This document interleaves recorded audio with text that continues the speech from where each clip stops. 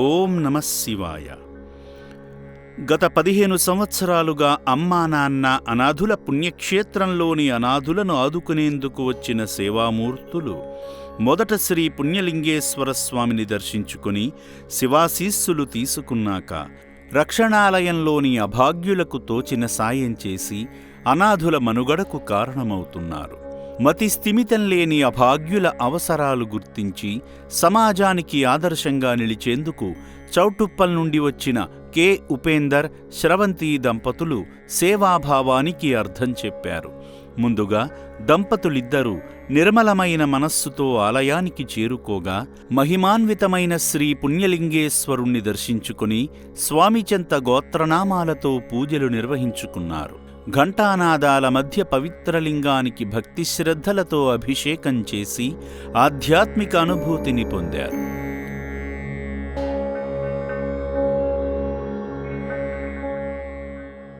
పూజా కార్యక్రమంలో భాగంగా అర్చకులు స్వామివారిని పూజా సామగ్రితో అలంకరించి మంగళాకారునికి నీరాజనం సమర్పించారు.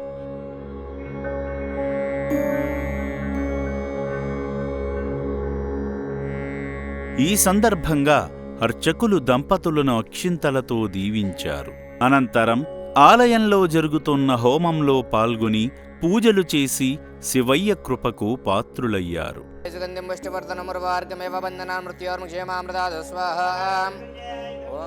అర్చకులు ఇచ్చిన ఇటుకలను తీసుకుని వెళ్లగా ఆశ్రమ సిబ్బంది శివాలయ నిర్మాణ నమూనా చిత్రాన్ని చూపించారు.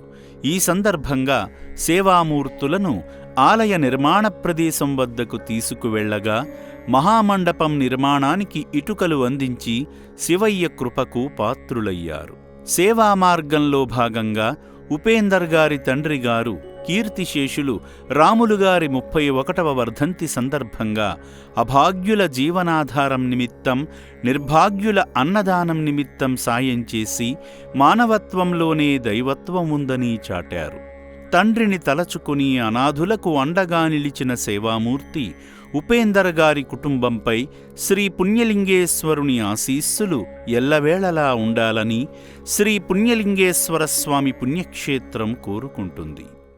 ఓం శ్రీ పుణ్యలింగేశ్వర స్వామినే నమః.